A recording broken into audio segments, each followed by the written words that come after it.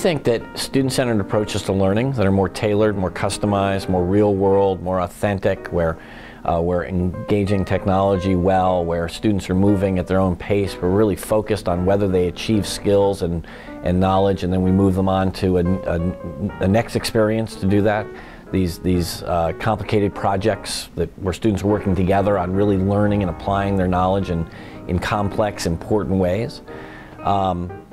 You know, that is an answer to our equity problem in education. It is obvious that there's a huge divide between middle-class white learners in small, affluent communities and young, poor learners of color in more destitute urban communities. These are all rich places to live with good people. But the divide is just mind-boggling. So your prospects as a young black man in a big urban center in New England are much lower from the start than if you're in a more affluent community of a different class and of a different race. And so there's a big divide, as we call it, the achievement gap, and we need to close it. But it isn't just closing the gap, it's about raising the bar for all learners.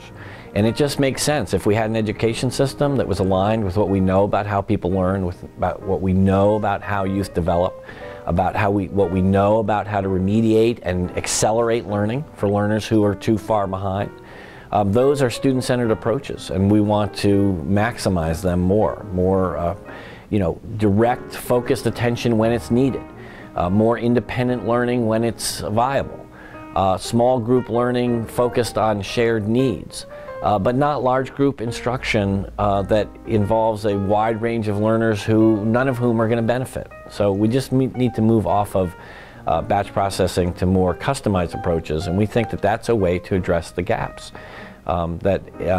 Achieving equity and outcomes in education is about providing unequal opportunities, different opportunities, differentiated educational opportunities to meet differentiated need.